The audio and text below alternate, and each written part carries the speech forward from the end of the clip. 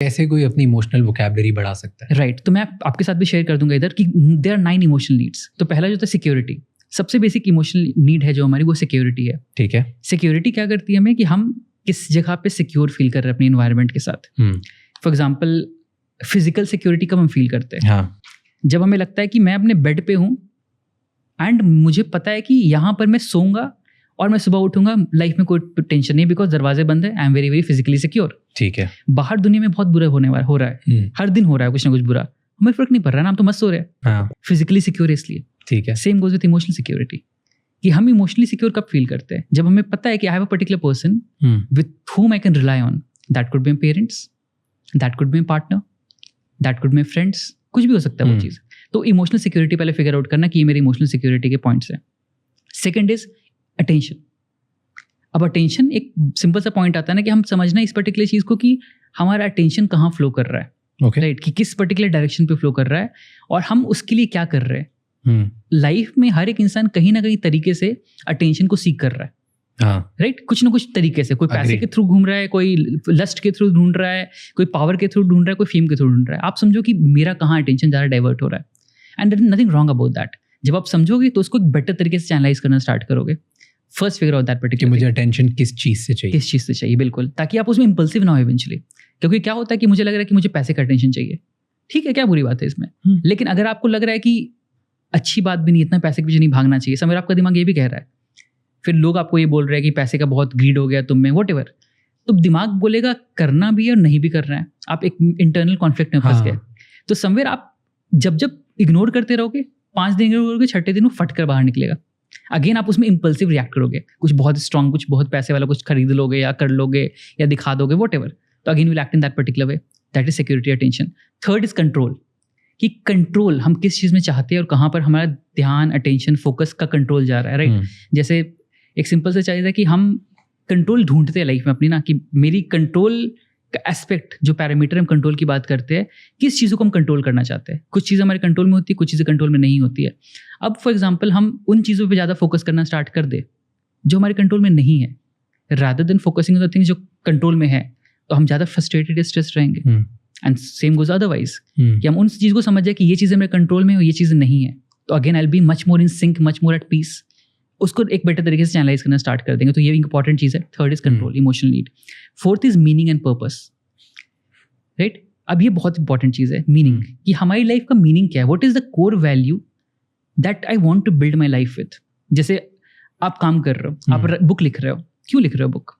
Know your why, right, कि मैं book इसलिए लिख रहा हूँ कि लोग को इस बारे में अंडरस्टैंडिंग बढ़े और मैं शायद मेरे कुछ वर्ड्स के थ्रू किसी की लाइफ बेटर हो जाए। बट यूजुअली ये वाई ऊपर के तीनों में से आ सकता है ना किसी न किसी से। हाँ बिल्कुल, क्योंकि अगर आप बोल रहे हो कि लेट्स से मेरा पर्पस है, फॉर एग्जांपल मैं बुक लिख रहा हूँ, राइट, मैं बुक क्यों लिख रहा हूँ, तो वो हो सकता है मे बी मुझे अटेंशन की कमी है, मुझे मे बी कंट्रोल की कमी है, मे बी मुझे फाइनेंशियल सिक्योरिटी की कमी है, बिल्कुल, right, it can be anything, it is all mutually, जो हम बात कर रहे हैं ना, नो के नो म्यूचुअली डिपेंडेंट रहेंगे हमेशा। Exactly, right, okay, that's what I was asking, right. तो वो मीनिंग पर्पस ढूंढ पाना, and that always comes with the true values, core values.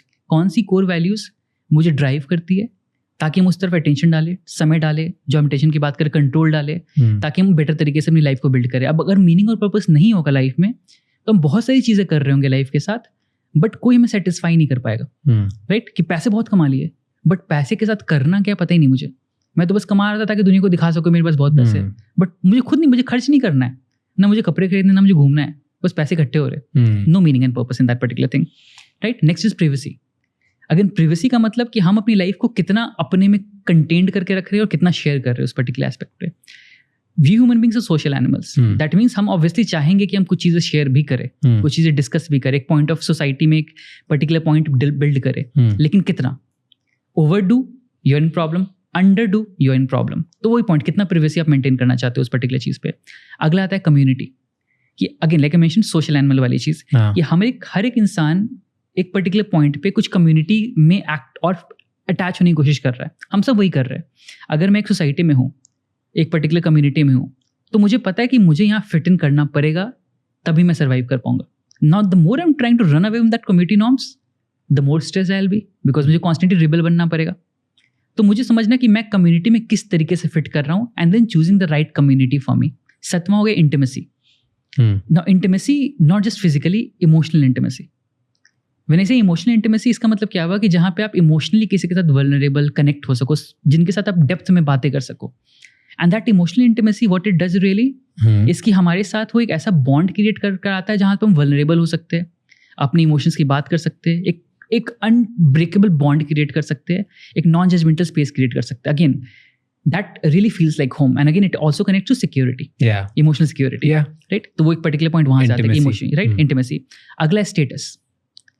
Status again जैसे मैंने बात की ना कि किसी पर्टिकुलर पॉइंट पे कि हम हर इंसान स्टेटस कहीं ना कहीं बिल्ड कर रहा है अपने पर्टिकुलर चीज़ के लिए, which connects with the community thing, कि हम स्टेटस कम्युनिटी के लिए बिल्ड कर रहे हैं। इवेंचुअली वो कितना स्टेटस होगा, ओवरडू कर रहे हैं, अंडरडू कर रहे हैं, हमारे लिए वो राइट अमाउंट क्या होने वाला, वो स्टेटस पर्टिकुलर पॉइंट, राइट। तो ये एक पर्टिकुलर चीज़ हो गई। And last thing would be achievement, right. Achievement कि हमारी लाइफ में कुछ चीज़ें मुझे ड्राइव करेंगी, कुछ चीज़ें मुझे ड्राइव नहीं करेंगी, right. For example I am a kind person, तो I am driven by kindness, but I am not so much driven by money, let's say. तो अगर मैं पैसे के पीछे ज़्यादा भागूं और काइंडनेस की एक्टिविटीज़ बहुत कम करूं, तो मुझे मज़ा नहीं आ रहा लाइफ में, आई am not feeling very happy and satisfied.